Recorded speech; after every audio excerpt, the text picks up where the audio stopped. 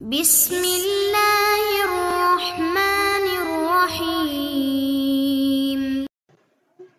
اعوذ باللہ من الشیطان اللعین الرجیم، بسم اللہ الرحمن الرحیم، وبہ نستعین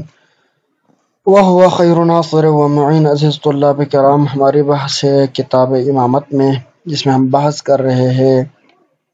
خلیفہ رسول و نبی کے بارے میں کہ آیا جب خلافت ضروری ہے، امامت ضروری ہے، تو آیا اس کے انتخاب کا حق کس کو حاصل ہے؟ کہ آیا امت کرے گی یا خود خدا اور رسول انتخاب کرے گا؟ تو ابھی ہماری بات اس بات میں چل رہی کہ خلیفہ نبی، اس کو آپ خلیفہ کہہ سکتے ہیں یا امام، اس کا تقرر کرنا امت کی تجویز سے جائز نہیں کہ امت شورا قرار دے دے یا اجماع قرار دے دے، اجماع کے ذریعے سے یا کسی دوسرے ذرائع کے ذریعے سے منتخب کرے نبی کو، یہ بات درست نہیں ہے۔ اور اس کے درست نہ ہونے پر ہم نے پہلے 2 دلیلیں پیش کی، اب تیسری دلیل ہم پیش کر رہے ہیں۔ ہماری تیسری دلیل یہ ہے کہ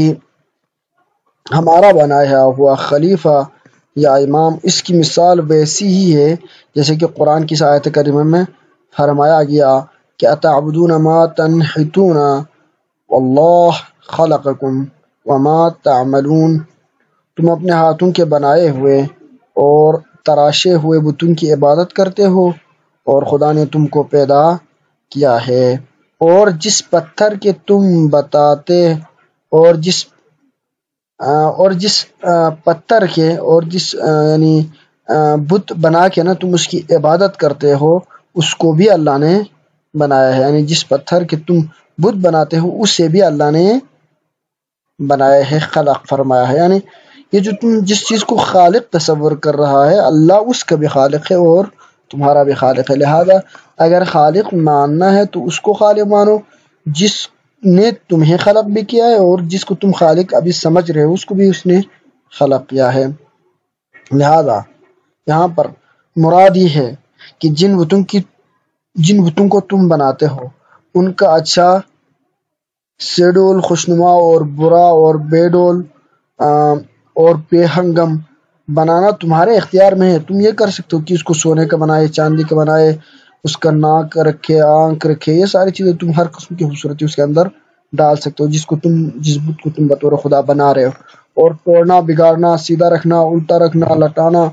اچھا کھڑا رکھنا، ہر امر میں وہ تمہارے محکوم ہے، تم خود اس کے اوپر حاکم ہو، تم خود ہی سب کچھ کر رہے ہو۔ پھر کیوں کرو تمہارے معبود اور حاکم بن سکتے؟ حاکم بننے کے لیے ضروری ہے کہ وہ تم پہ حاکم ہو، نہ کہ تم اس کے اوپر حاکم۔ لہذا اسی طرح اسی امر سے یہ بات ہمیں سمجھ آ جاتی ہے کہ معبود یعنی برحق خدا وہی ہے جس نے تم کو بنایا اور اس پتھر وغیرہ کو بنایا جس سے تم خود بناتے ہو۔ اس آیت سے بخوبی یہ بات بھی ہمیں سمجھ آ جاتی ہے، یہ بات بھی ثابت ہو جاتی ہے کہ ہمارا بنایا ہوا خلیفہ کے بھی ہمارا حاکم نہیں ہو سکتا، بلکہ وہ ہمارا محکوم ہوتا ہے۔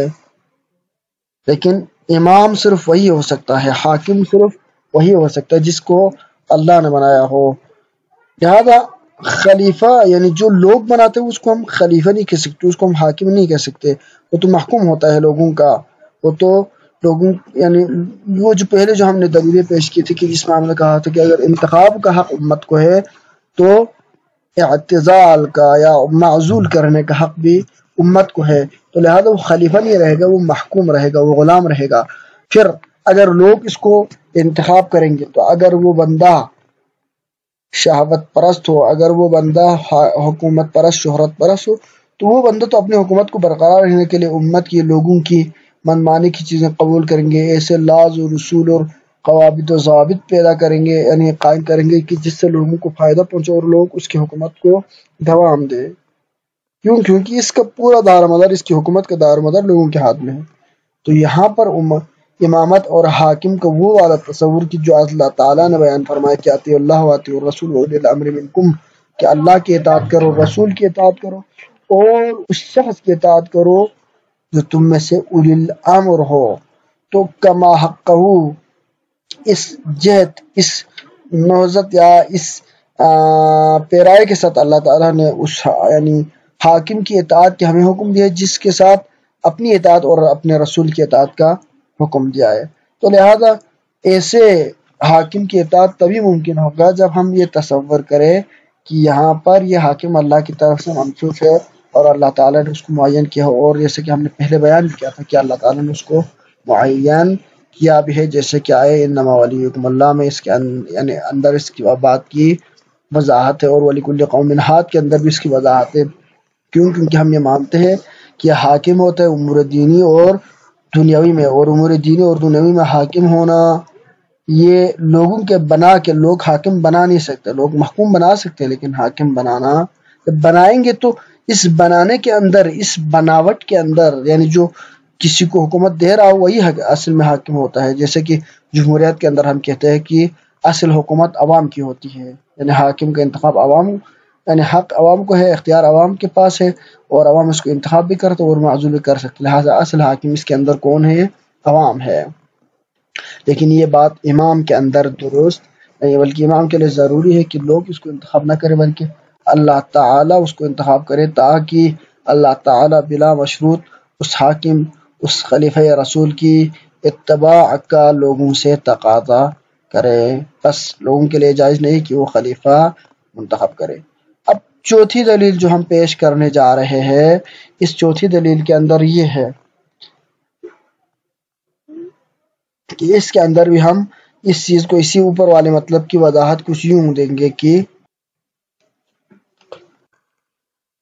اب اس کے اندر کچھ خاص پیرائے سے اس سے بحث کر رہے ہیں۔ اوپر والی چیز میں ہم اس چیز سے بحث کر رہے تھے کہ قرآن کی آیت کے جو یعنی مطلب ہے، جو مراد ہے، اس میں یہ اللہ تعالیٰ نے استدلال کچھ یوں پیدا کیے کہ خالق وہ چیز، حاکم وہ نہیں ہو سکتا جس کے وجود میں آنے کے لیے تم سبب ہو، لہذا وہ کبھی حاکم نہیں بن سکتا۔ اسی طرح حاکم وہ بھی نہیں بن سکتا کہ جس کی حکومت، جس کی اختیارات تمہاری دی ہوئی، کیونکہ تم کب اس کو یعنی اس حکومت سے، اس منصب سے، اس اختیارات سے معزول کرو گے وہ حاکم نہیں رہے گا۔ ٹھیک ہو گیا؟ لہٰذا یہ والی بات ادھر صدق نہیں آتا، حاکم خلیفہ یہ منتخب نہیں ہو سکتا۔ یہ ایک مطلب تھا۔ دوسرا مطلب یہ کہ یہ جو ہماری چوتھی دلیل ہے، اس میں ہم یہ کریں گے کہ جس شخص کو ہم مقرر کر سکتے ہیں، جیسے کہ مسلمانوں میں سے ایک فرقے کا یہ نظریہ ہے کہ ایک بڑی تعداد کا نظریہ یہ ہے کہ کہتے ہیں کہ یہ شورا کے ذریعے سے اس کو منتخب کیا جائے گا، یا کہا جاتا ہے کہ شورا نہیں بلکہ اس کو سقیفہ کے ذریعے سے اگر ہو، یعنی شورا نہ ہو تو کم از کم سقیفہ کے ذریعے سے، اگر اس کا سقیفہ کا مطلب یعنی اگر کوئی بندہ اپنی اختیار اور پاور کے ذریعے سے حکومت میں آنا چاہے تو یہ بھی درست ہے۔ اگر شورا کے ذریعے سے کمیٹی ہو اور کمیٹی جا کے کسی کو خلیفہ منتخب کرے تو وہ بھی درست خلیفہ ہوگا۔ اور تیسرا یعنی طریقہ یہ کہ اگر لوگ آ کے اس کو انتخاب کرے، پورے لوگ اس کے اوپر متفق ہو جائے اور لوگ آ کے اس کو کہیں کہ آپ اجماع ہو جائے، بالفاظ دیگر کمیٹی ہو اپنی پاور کے ذریعے سے آئے، یا اجماع ہو یعنی سارے لوگ آ کے اس پہ متفق ہو جائے اور اس کو حاکم بنائے، یہ تینوں طریقوں کے ذریعے سے خلیفہ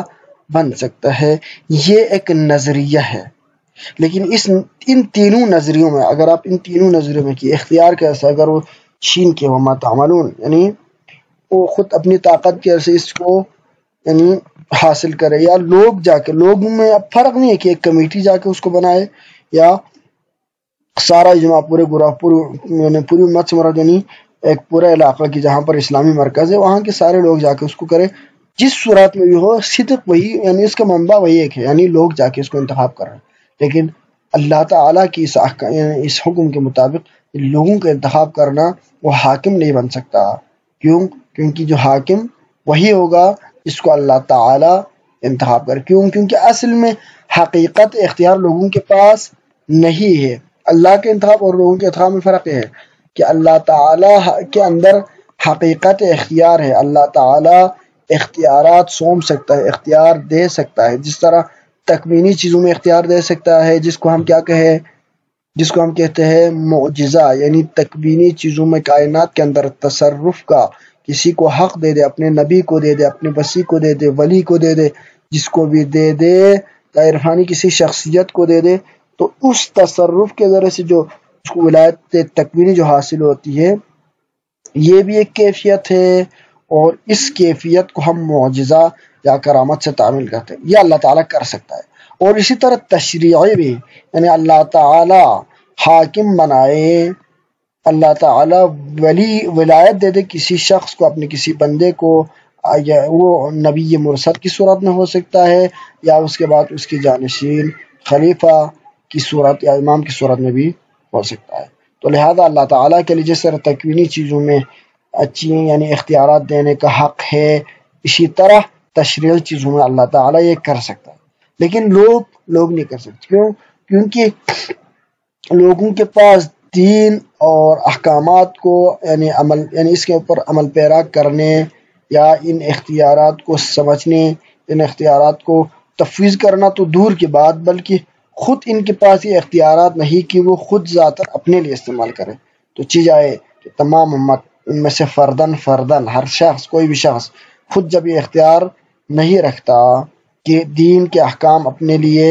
وضع کرے، جب اپنے لیے وضع نہیں کر سکتا تو دوسروں کے لیے اختیارات سونپنا کہ احکامات کی وضع کرے، تشریح کرے، یا حکومت یعنی دینی امور میں لوگوں کی رہنمائی کرے، یہ اختیارات حاکمیت جب فردی طور پر، جزوی طور پر اپنے پاس نہیں، تو اس سے بڑے پیرائے پہ جا کے دوسروں کو یہ اختیارات سونپ بھی نہیں سکتا۔ لہٰذا لوگوں کے لیے جائز نہیں کہ خلیفہ انتخاب کرے۔ جبکہ ہماری چوتھی دلیل اسی کی طرف پلٹی ہوئی ہے۔ اس میں ہم یہ کہ ایک اور نقطے کی طرف اشارہ کرتے ہوئے کہیں گے کہ جس شخص کو ہم مقرر کر سکتے ہیں، اور مقرر کرنے کی وہی 3 صورتیں جو ہم نے ابھی بیان کی، کچھ لوگ اس کو مانتے ہیں، تو اگر یہ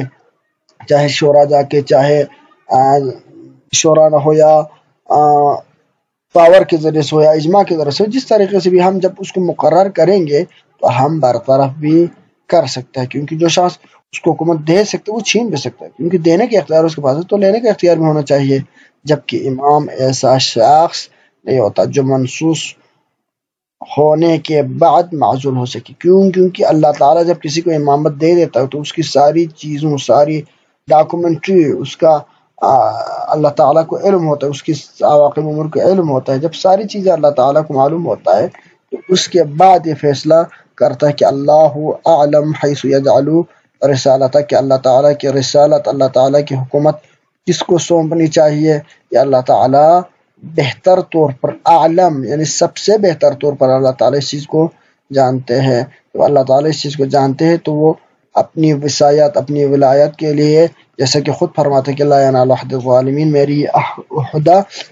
ظالمین تک نہیں پہنچے گا، تو یہ اللہ تعالیٰ ظالم تک جانے نہیں دے گا۔ کب؟ جب اللہ خود اس کا نصب کر رہا ہو۔ لیکن اگر لوگ کریں گے تو لوگوں کو اس چیز کا درک نہیں ہوگا، علم نہیں ہوگا، تو وہ لوگ کسی کو بھی جس کو چاہے وہ انتخاب کر دے گا، اور یہ معیار اور اس کا جو پر ہے وہ